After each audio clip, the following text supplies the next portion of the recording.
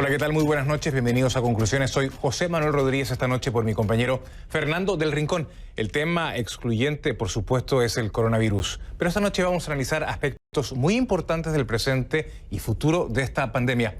El presidente Trump decretó la emergencia nacional para contar con más herramientas de presupuesto y legales para combatir el virus. Muchos creen que la declaración de emergencia ha llegado tarde. Además, ¿tiene el país la capacidad suficiente para atender a millones de infectados? El otro tema, América Latina. Los contagios por ahora son pocos, pero el virus ya está en casi todos los países y se expande. Pregunto, ¿las medidas de emergencia que se están tomando son efectivas?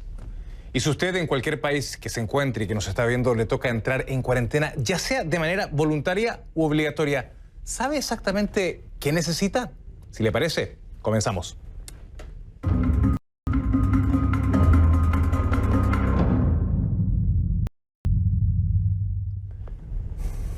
Les pido que a partir de este momento me acompañen utilizando la etiqueta numeral Conclu Coronavirus. Numeral Conclu Coronavirus. Recuerden que recibo todos sus comentarios a mi cuenta en Twitter, que es @JosemanuelCNN, @JosemanuelCNN. El presidente Donald Trump declaró el estado de emergencia de los Estados Unidos para combatir el coronavirus. También invocó la ley Stratford. ¿Qué significa esto? A grandes rasgos, el gobierno federal tendrá más competencias y contará con más recursos económicos. En este caso, se liberarán $50.000 millones para frenar el brote en este país. Pero veamos las implicaciones de la medida en detalle. La declaración pone a la Agencia Federal para el Manejo de Emergencias, FEMA, a coordinar la respuesta gubernamental. FEMA apoyará al Departamento de Salud y Servicios Humanos y al Centro para el Control y Prevención de las Enfermedades, los CDC. El ingreso de FEMA atrae más fondos federales, recursos y también personal. El presidente Trump llamó a los estados a instalar centros de operaciones de emergencia de forma inmediata y todos los hospitales deberán activar los planes de preparación para las emergencias. El secretario de Salud y Servicios Humanos, Alex Azar, tendrá más poder. Azar podrá desatender disposiciones de ciertas leyes y también reglamentos para dar a los hospitales, personal médico y proveedores sanitarios también mayor flexibilidad para actuar contra el virus. FEMA también puede ayudar con la logística, ya sea en el transporte de pacientes o también en el montaje de instalaciones médicas temporales. La declaración llega cuando Estados Unidos superó los 2.000 contagiados.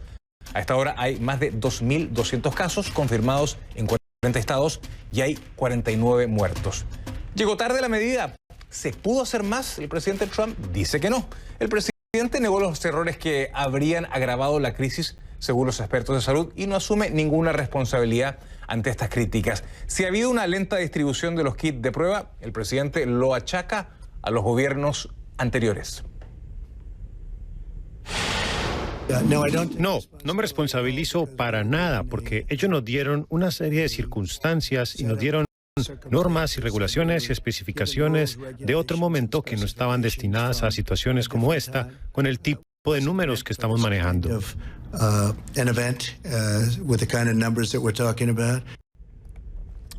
El presidente dijo a los periodistas que gracias a la colaboración de su administración con el sector privado de Estados Unidos mejorará su capacidad de detección y que en un mes habrá 5 millones de pruebas del coronavirus para asegurarse de que todo el que lo necesite pueda someterse a la prueba. Fíjese, 5 millones. El presidente también se muestra seguro porque dice que Estados Unidos tiene los mejores hospitales del mundo.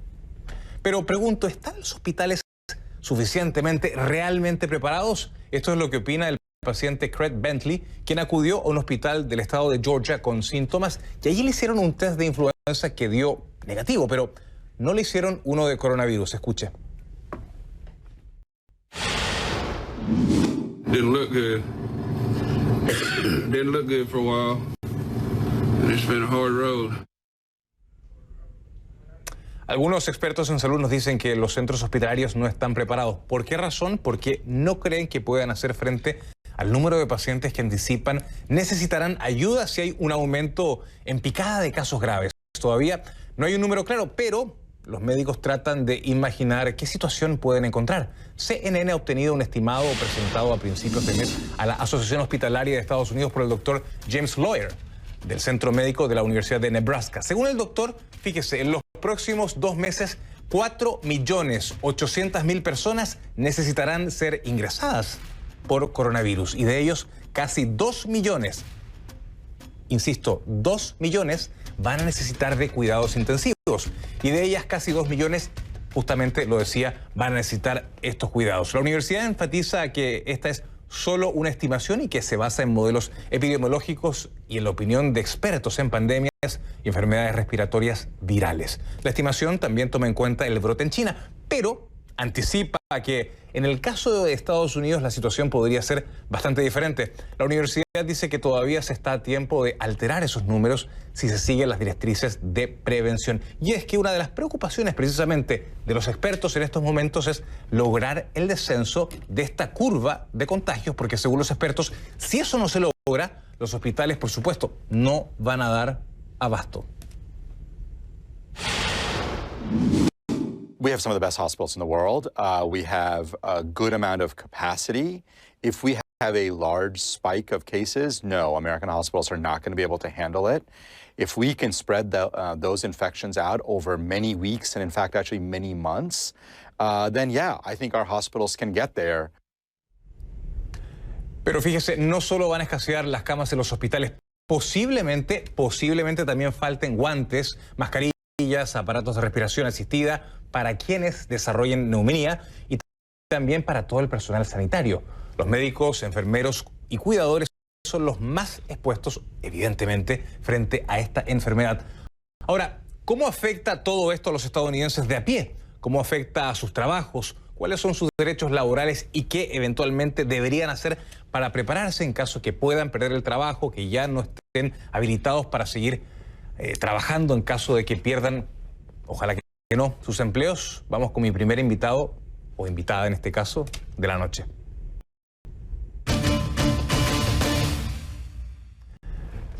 Le doy la más cordial bienvenida a la abogada Ivian White de León. Ella es, lo decía, jurista, abogada y experta justamente en derecho laboral. Ivian, ya el coronavirus genera desempleo y hay muchos que tienen miedo a perder su trabajo, sobre todo en el sector de servicios, que es un sector evidentemente muy grande en los Estados Unidos. Muchos estadounidenses viven cheque a cheque, quincena a quincena. ¿Qué se puede hacer para aliviar a estas personas que justamente posiblemente van a estar sin trabajar o que ya derechamente no están trabajando? Te saludo. Sí, buenas noches, gracias por invitarme. Bueno, sobre todo tenemos ciertas leyes no federales y también leyes estatales, ¿no? Así que primero uno tiene que echar un vistazo a lo que dicen las leyes del Estado, porque en muchos estados tienen el derecho de trabajar. O sea, eso quiere decir que no hay muchas leyes que protegen mucho a los trabajadores. Así que uno tiene que echar un vistazo a las leyes, a los contratos, si tienen un contrato para trabajar. Pero si ya estamos en esta situación, o sea, mucha gente no están leyendo contratos, no están muy preocupados por dónde va a venir el dinero del próximo cheque. Así que podemos hablar de una manera de lo que uno tiene que hacer legalmente, pero no estamos hablando solamente de los empleados, no estamos hablando de los empleadores, de los pequeños negocios, ¿no? La mayoría de los negocios no son Apple, no son Google, no son estas compañías que tienen el privilegio, ¿no? En muchos casos de pagar a los empleados si faltan por enfermedades o lo que sea. Así que, bueno, legalmente no es una cosa de leyes, solo que más que qué podemos hacer con el gobierno federal, ¿no? Después de un huracán, por ejemplo, hay ciertas leyes, hay cierta legislación que se puede pasar para abrir las cuentas, ¿no? Para ayuda del gobierno para pequeños negocios. Eso es una manera, ¿no? de manejar este problema. Sí, Ivian, también, antes de esta entrevista hablábamos de la posibilidad, perdona que te interrumpa, de, por ejemplo, mantener claro, los servicios públicos a pesar de que algunos usuarios eventualmente no los puedan pagar. Esa es una de las medidas. Ahora bien, concretamente, la declaratoria de emergencia nacional del presidente, ¿en qué ayuda? Dame 2 o 3 ejemplos, por favor. Sí, por ejemplo, en Atlanta es un líder en esto, ¿no? El alcalde de Atlanta acaba de decir o de declarar, ¿no? De que los servicios públicos no se pueden cortar aún si hay un falta de pago, ¿no? Estamos hablando también, ¿no?, de la nieve, de la pelota de nieve que sigue creciendo. Uno pierde su trabajo, uno tiene que decidir, o no está pagado porque no tiene tiempo libre o pagado para esto, ¿no? Y uno tiene que decidir si voy a pagar mi renta o mi hipoteca o bien el agua. Y es obvio, ¿no?, que uno necesita agua para lavar las manos. Así que si podemos poner una pausa moratoria en cortar los servicios públicos, eso ayudaría muchísimo. Y como le dije, está haciendo eso en Atlanta. También están poniendo una pausa en desalojos en muchos lugares aquí en Miami. Están haciendo esto en Boston, en Massachusetts, Delaware, Kentucky, San José, en California. Hay un movimiento para hacer esto también, para poner la pausa en desalojos. Sí. Exactamente, que se evite a las personas que sean desalojadas de sus casos en caso de no pago. Son instrumentos legales que eventualmente se podría, acceder a ellos, pero hay que poner un alto a esta conversación y decir que Estados Unidos es un país mucho más proempleador, muy poco proempleado en ese sentido, porque bueno, es un poco la naturaleza del sistema económico, así son las reglas. Ahora bien, ¿qué se puede hacer en caso de niños desamparados, en el caso del cuidado de los enfermos? O sea, hay posibilidades de que las comunidades, los condados, los estados, quizá el gobierno federal, existen planes para, estas contingencias. Cuéntanos. Sí, bueno, sobre todo, como le dije, sobre todo lo importante es una pausa en desalojar a la gente, ¿no? Cuando se llega al final de un proceso de desalojo, ¿no? O de foreclosure, ¿no? Llega a un punto que viene la policía o el sheriff para desalojar a la gente. Si puede poner una pausa en eso aliviaría a mucha de la presión, ¿no?, que la gente se siente, porque si uno está, como usted dijo, si uno está desamparado, está viviendo en la calle, está viviendo en un shelter, eso pone más riesgo a la gente con este virus, ¿no? Viviendo en condiciones muy más precarias. Muy peligrosas, ¿no? Sí. Así que eso y se ve muy sencillo, ¿no? Parar o poner una pausa en los desalojos, pero sobre todo eso ayudaría muchísimo porque hay miles y miles de desalojos en este país cada día. Así que si podemos parar esto un poquito, eso aliviaría mucho la presión. Y bien, Guay de León, gracias por estar esta noche en el programa. Gracias por esta entrevista. Buenas noches. Y al regresar, el coronavirus acecha a América Latina. El virus llegó a Guatemala y Uruguay y también empezó a hacer su trabajo mortal en el Ecuador. Y también preparados para una autocuarentena, los productos, medicamentos y hábitos que usted necesita conocer para recluirse en su casa. Se lo vamos a contar.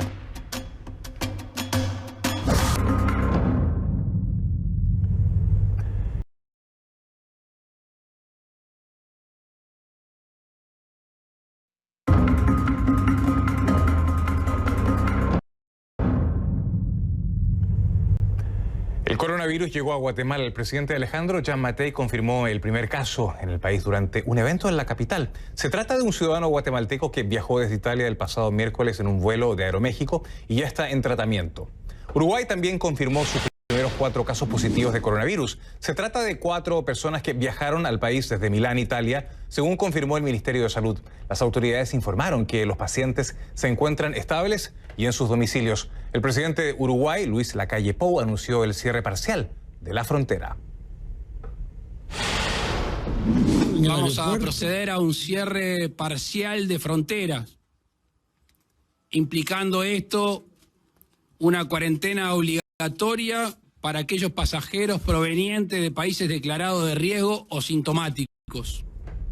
Y en Costa Rica ya son 26 los contagiados. 23 son costarricenses y 3 son extranjeros, todos de entre 10 y 87 años. Apenas 3 de los contagiados permanecen internados, según las autoridades.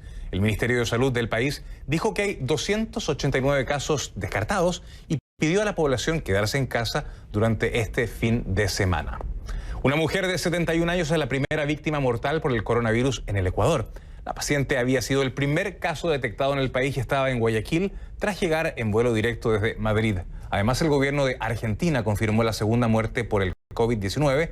un hombre de 61 años que había viajado a Europa. Vamos ya con mi compañera Ana María Cañizares. Ana María, gusto de saludarte. Muy buenas noches para ti. Cuéntanos, ¿qué ha dicho el gobierno? Hola, ¿qué tal, José Manuel? Así es, ascienden a 23 los casos confirmados de coronavirus en el Ecuador y también la confirmación de la primera muerte del primer caso que se reportó en febrero de una mujer efectivamente de 71 años, como tú señalabas, en la provincia del Guayas. Ella permaneció luchando durante todos estos días en terapia intensiva en un hospital de Guayaquil y con un cerco familiar que continúa aislado, que todavía no ha sido dado de alta y que las autoridades a través del Ministerio de Salud continúa con esta vigilancia epidemiológica. La emergencia sanitaria en el Ecuador fue declarada este miércoles en la noche. Continúan algunas medidas de restricción, sobre todo a eventos públicos. José Manuel, más de 250 personas no se podrán reunir. Los eventos masivos están siendo controlados y al momento han sido suspendidos alrededor de 35 de estos eventos en todo el Ecuador. También los pasajeros que vengan desde Europa tendrán que llenar un formulario de declaración de salud. A su vez tendrán que señalar dónde harán la cuarentena que el gobierno ha dispuesto para todos estos pasajeros, para de igual forma hacer un seguimiento de si lo están haciendo, y también las autoridades junto con la policía podrían, en algún caso dado, si estas personas infringen la cuarentena, tener algún tipo de sanción que el gobierno ha establecido a través del Código Penal para quienes infrinjan esta norma. José Manuel, así están las cosas en el Ecuador. Se confirma este primer caso. El gobierno no descarta que puedan seguir subiendo más casos en todo el país. Así que habrá que ver qué es lo que ocurre en los próximos días. Las autoridades sanitarias han reforzado los controles en los puertos y aeropuertos. A su vez, se reportó un paciente también dentro de estos últimos casos que vino desde Nueva York a Quito y que ha dado positivo y cuyo cerco epidemiológico, tanto de su hijo como de su esposa, está ahora mismo en un hospital. 2 de estos casos están en la provincia de Pichincha, 10 de estos casos están en Los Ríos, 8 de estos casos están en Guayas, y así suman estos casos en el Ecuador. Recordemos también que hay 2 personas extranjeras siendo parte de los casos confirmados en el Ecuador. Hoy también las autoridades han confirmado que una ecuatoriana falleció en Italia como la primera connacional que fallece fuera de nuestras fronteras a causa del coronavirus. José Manuel. Vamos a seguir monitoreando. Gracias, Ana María Cañizares, por tu reporte desde Quito. De Sudamérica nos vamos a Centroamérica. 362 personas están en cuarentena obligatoria en El Salvador. Son ciudadanos que llegaron al país después de que el gobierno decretara la cuarentena nacional por 30 días para evitar el contagio de coronavirus. Las 362 personas están distribuidas en 8 albergues en distintos puntos de El Salvador, donde se les está brindando alimentación, cuidados médicos y también seguridad. La Asamblea Legislativa de El Salvador discute esta noche, a petición del presidente Nayib Bukele, 2 decretos. Uno busca declarar emergencia nacional y el otro un régimen de excepción que, de ser aprobado, va a suspender algunas garantías constitucionales. Vamos de inmediato a San Salvador, donde se encuentra mi compañero Merlin del CID con más detalles.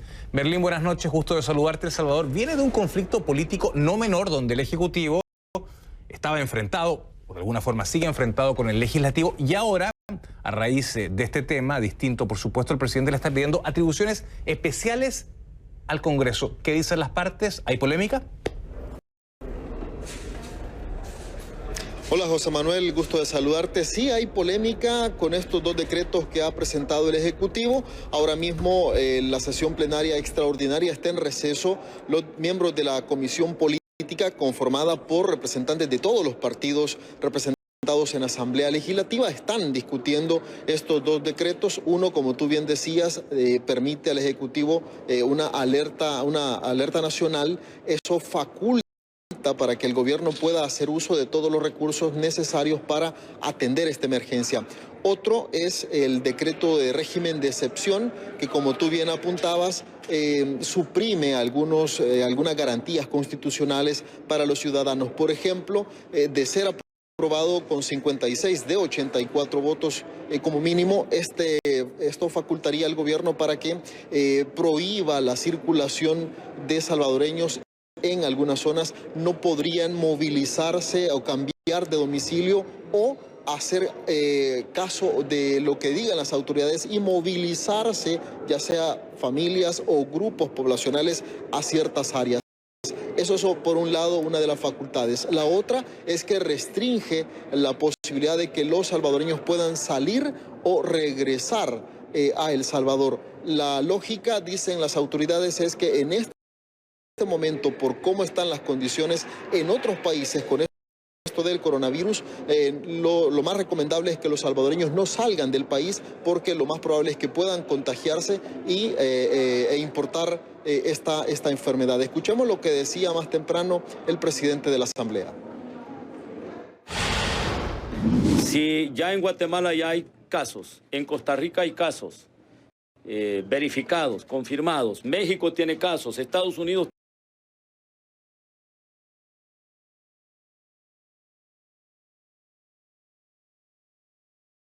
tiene casos, Europa tiene casos, entonces, ¿de qué nos sirve de que El Salvador esté saliendo del país, vaya y se contamine y luego tenga que venir al país y traiga el virus? Por Dios santo, esta es una situación de emergencia, es una situación difícil de manejo para cualquier gobierno. José Manuel, algunas fracciones legislativas están diciendo que les parece excesiva esta medida de prohibir el ingreso o la salida de salvadoreños, porque consideran que no hay condiciones para este momento, porque dicen que no está circulando el virus. El presidente ha dicho que después de que el virus circule, cualquier medida va a ser poca cosa para poder controlar esta enfermedad. José Manuel. Vamos a estar muy pendientes de todo lo que pase en este país, que además obviamente tiene algunas tensiones políticas que se están obviamente de alguna forma trasluciendo otra vez en este tema del coronavirus en el Congreso. Gracias a Merlin del Cid por su completísimo informe. Buenas noches. Y seguimos, porque en Buenos Aires se suspendieron todos los actos públicos con justamente los actos con un público mayor de 200 personas. Digo, como parte de esta emergencia que entró en vigor, el coronavirus ha paralizado la vida social de la capital argentina. Un único punto de contacto masivo que continúa activo es el transporte público. Y mi compañero Ignacio Grimaldi nos lo cuenta en el siguiente informe. Así se vive en Buenos Aires el primer día de la emergencia sanitaria por coronavirus. Este movimiento es el de 15 millones de pasajeros que habitualmente viajan en transporte público. La Organización Mundial de la Salud recomienda guardar al menos 1 metro de distancia con el resto de las personas, pero eso en el metro de la ciudad de Buenos Aires parece no cumplirse. En este tren tampoco hubo demasiado espacio entre los pasajeros.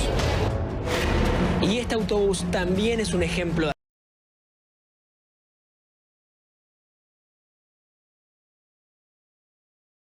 hacinamiento.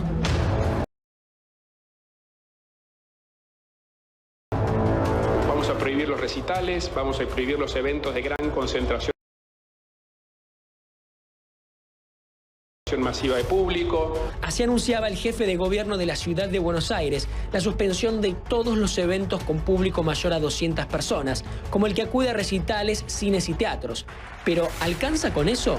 En una formación de tren promedio viajan 1.300 pasajeros, en una formación de subte entran 1.014 y en un autobús 60. Este último es el único medio de transporte que respetaría el criterio del máximo de 200 personas. Hoy, al no existir, no haber registro de circulación social del virus, no se justifican actividades esenciales por una restricción de esas características. Lo que pasa es que este tren, este ramal, viene muchísima gente a trabajar en este horario. Impactaría bastante porque no podría ir a trabajar y a estudiar. En los colectivos, en los trenes, en el subte, siempre no esperamos ese desenlace de un contagio. Precisamente para evitar contagios en el transporte, las autoridades reforzaron los equipos de limpieza. A partir de la emergencia, se comenzó a desinfectar lugares donde se suelen apoyar las manos e incluso en las estaciones terminales se colocaron dispensadores de alcohol en gel. Nosotros tenemos que ser muy responsables a la hora de tomar todas las medidas en materia de prevención y el cuidado de la salud que haya que tomar y no dudar en eso. Y por eso estamos tomando algunas medidas preventivas. Pero también tenemos que ser muy responsables porque cada una de esas medidas afectan el normal desenvolvimiento, afectan la educación de los chicos, afectan la economía familiar. El hacinamiento en el transporte público aparece como una amenaza del coronavirus. A pesar de eso, pareciera que solo un contagio comunitario del COVID-19 podría hacer que la pandemia ponga un freno a los trenes, subtes y autobuses. ¿Será tarde para ese entonces? Para CNN, Ignacio Grimaldi, Buenos Aires. Ya regresamos con el siguiente tema. ¿Qué pasa en una autocuarentena? ¿Qué hay que tener en casa para permanecer aislado? Se lo vamos a contar en el próximo bloque, por supuesto, si me acompaña. Crece el número de personas en cuarentena en todo el mundo. Algunos, como en El Salvador, de manera obligatoria en los centros habilitados por el gobierno. Sin embargo, en otras partes del mundo, muchos quedan en cuarentena en sus propios hogares. La cuarentena voluntaria. ¿Qué pasaría si usted tuviera que entrar en cuarentena? Todos los hogares son aptos. ¿Qué tipo de medicina se necesita tener en casa? ¿Podría eventualmente recibir visitas? Estas y otras preguntas las va a contestar mi siguiente invitado.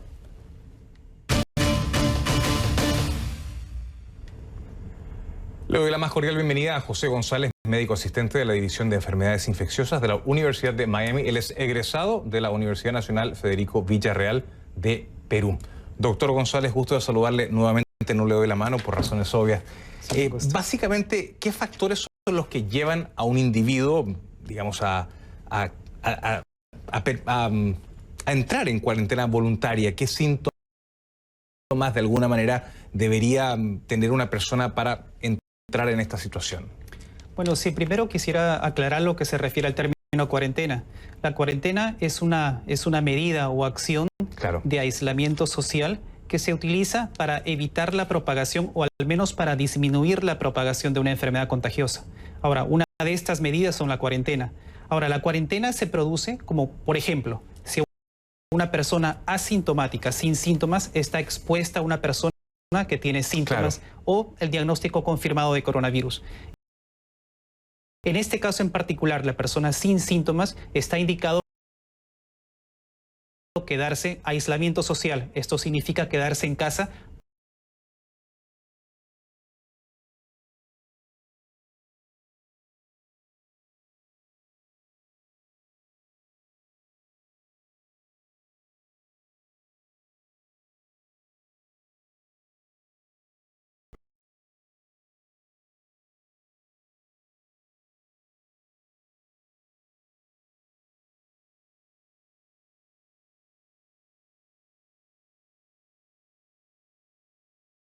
por lo menos un periodo de 2 semanas, hasta monitorizado clínicamente para ver si desarrolla síntomas de la enfermedad. ¿Cómo tuvo que haber sido ese contacto con esa persona? ¿Estuvo en una oficina con alguien que tenía coronavirus?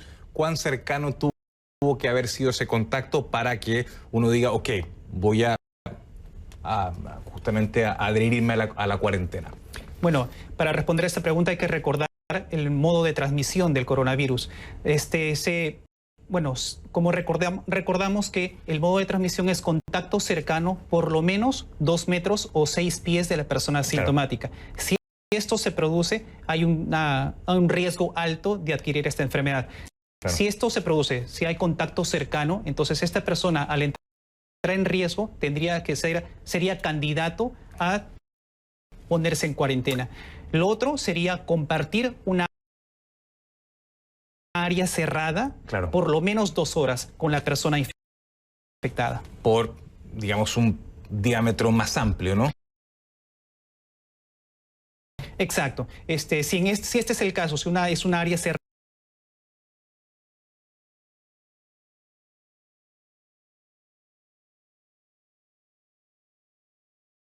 se considera simplemente 2 horas de exposición, suficiente como para la persona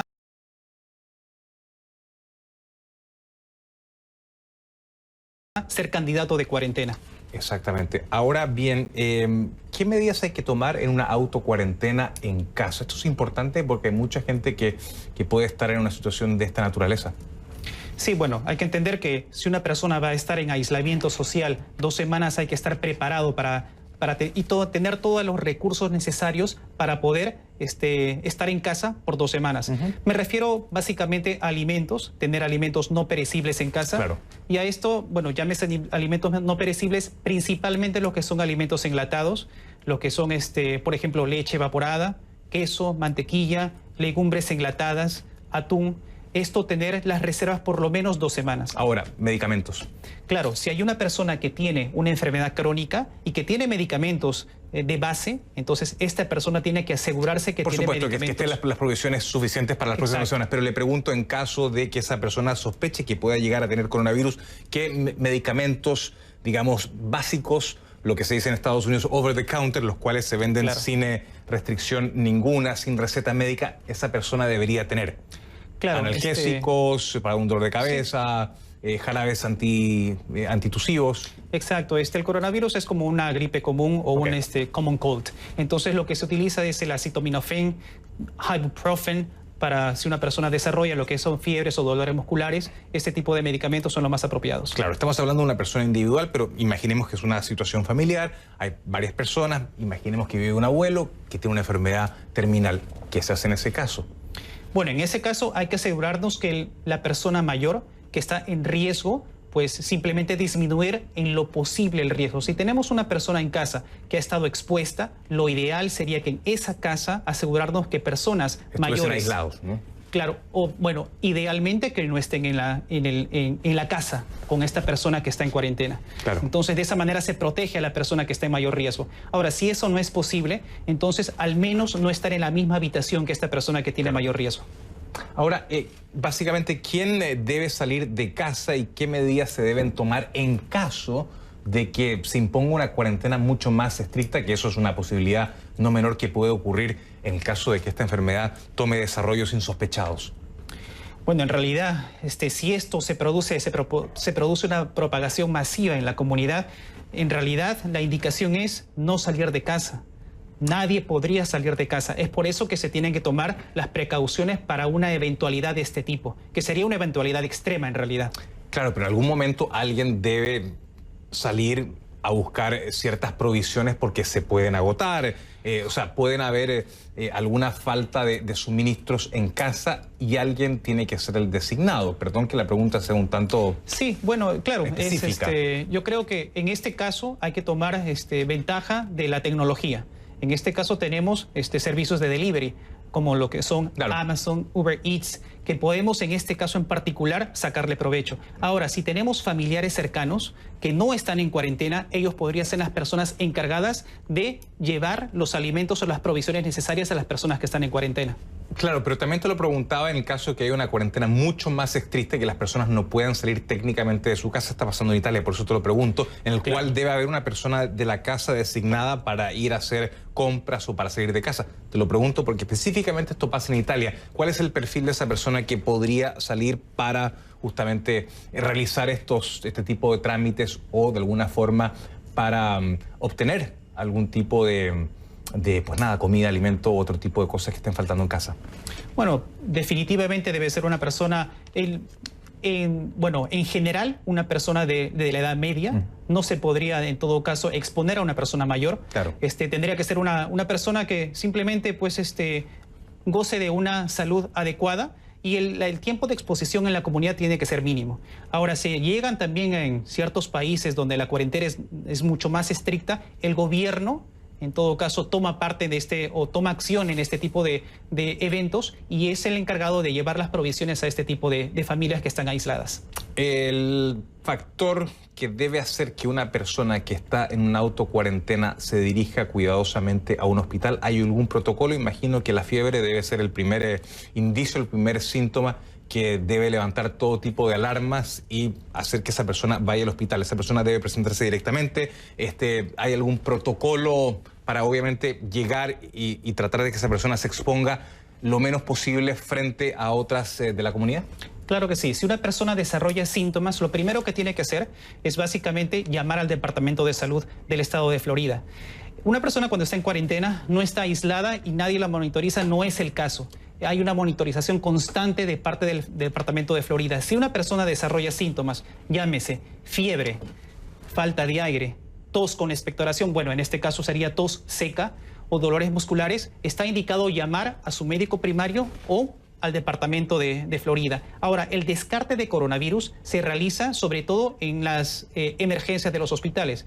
En el caso en particular de la institución de donde yo vengo, que es la Universidad de Miami, tenemos ambientados algunas tiendas de descarte de coronavirus en la parte de emergencia, pero no adentro de emergencia, sino fuera, en las instalaciones externas de emergencia, para evitar el contacto con otras personas. José González, médico asistente de la División de Enfermedades Infecciosas de la Universidad de Miami. Gracias por estar con nosotros esta noche en Conclusiones. Buenas noches, doctor. Que le vaya bien. Muchas gracias. Y nosotros ya regresamos con este tema. A medida que crece el número de infectados por el coronavirus, se dispara la compra de ciertos artículos, pero hay uno que llama poderosamente la atención. Le vamos a contar en algunos segundos de cuál se trata.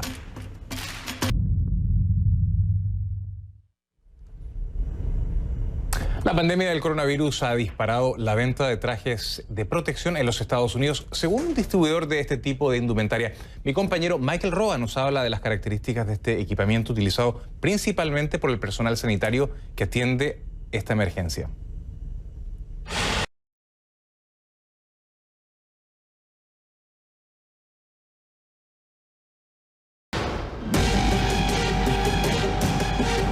Según Nick Smith, gerente de MBS Safety Solutions, una empresa que distribuye y comercializa trajes de protección en Estados Unidos. Según Nick Smith, gerente de MBS Safety Solutions, una empresa que distribuye y comercializa trajes de protección en Estados Unidos, las autoridades sanitarias deben utilizar un equipamiento de nivel 2 para atender la pandemia de coronavirus. Estos trajes están fabricados con polipropileno, sin tejidos, y cada unidad tiene un costo aproximado de $125. El objetivo de los trajes es aislar la piel y la ropa de la persona expuesta a agentes biológicos. Los trajes de protección deben cubrir todo el cuerpo, incluyendo la cabeza. Los ojos, la nariz y la boca también deben estar cubiertos para evitar el contacto con el coronavirus. Las gafas y la máscara deben estar adheridos a la piel. De acuerdo con Smith, su inventario de trajes de protección de nivel 2 comienza a escasear en medio de la propagación del COVID-19. Según este experto, los trajes de protección se clasifican del nivel 1 al 5, dependiendo de su grosor y de los materiales con los que han sido fabricados. Por ejemplo, los trajes de protección de nivel 5 están hechos de plástico, tela y caucho, formando una barrera que protege al usuario contra radiación de rayos gamma y alfa. Son encapsulados y están provistos con oxígeno. Todos los que distribuye MBS Safety Solutions son fabricados en Alabama. Su gerente prefiere no revelar las cifras de ventas, pero dice que en pandemias como la del coronavirus, la fábrica aumenta la producción debido al mayor número de solicitudes. La Organización Mundial de la Salud indica que la demanda general de equipamiento, que solo debería ser de uso médico, está disparando los precios y comprometiendo los suministros. Según la OMS, esto ha hecho que los trajes de protección, las máscaras y los guantes son ahora 20 veces más costosos. Michael Roa, CNN, McDonough, Georgia. Y seguimos el estado de Georgia, que reportó el jueves la primera muerte relacionada con el COVID-19. El número de distritos escolares que han cancelado clases en ese estado continúa en aumento. En una recorrida que hizo nuestro compañero Gustavo Valdés en la zona de Atlanta, constató el fuerte incremento de las compras en los supermercados, aunque no todos se mostraron preocupados.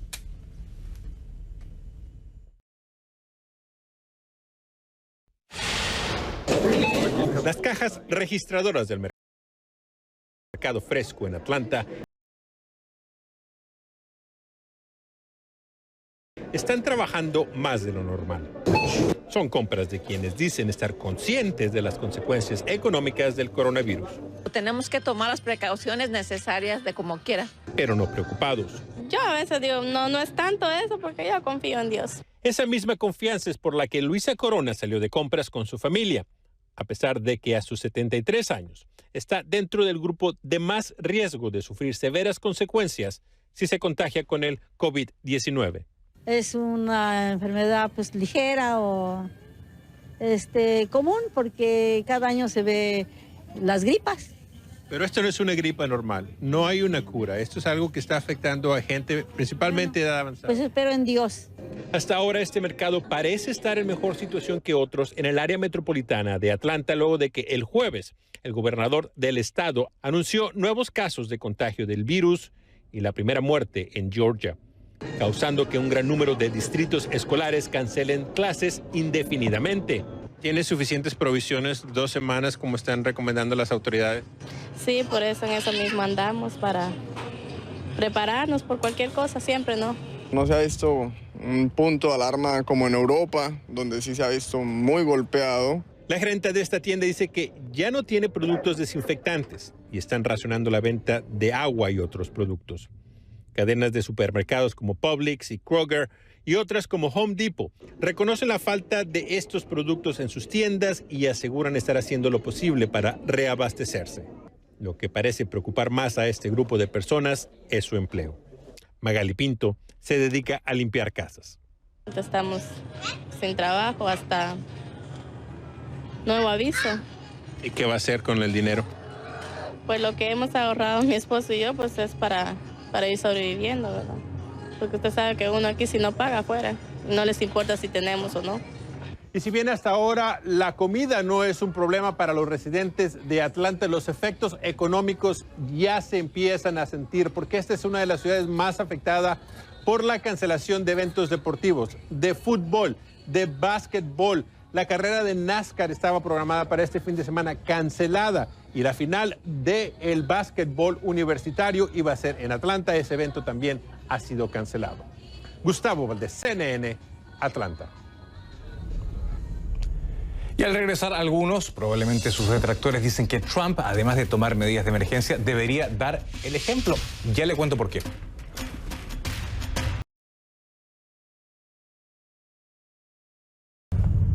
Y antes de irnos, 2 hechos. Uno, el presidente Trump ha estado expuesto al coronavirus. Hasta ahora ha rechazado hacerse la prueba porque dice no tener síntomas, aunque también ha asegurado que probablemente se la haga pronto. 2, ¿no debería el presidente dar el ejemplo sobre los cuidados que hay que tener? Thank you, sir. Thank you very much, sir. Appreciate it very much. Help. Thank you. Thank you very much. Great job. Thank you very much. Thank you very much. Thanks. Great job. Oh, we'll practice that. Okay, I like that. That's good. Ya lo vieron, solo uno de los asistentes al encuentro con el presidente se atrevió a sugerirle que este no es el mejor momento para estrechar las manos. De esta forma llegamos al final de conclusiones. Gracias, feliz fin de semana, buenas noches.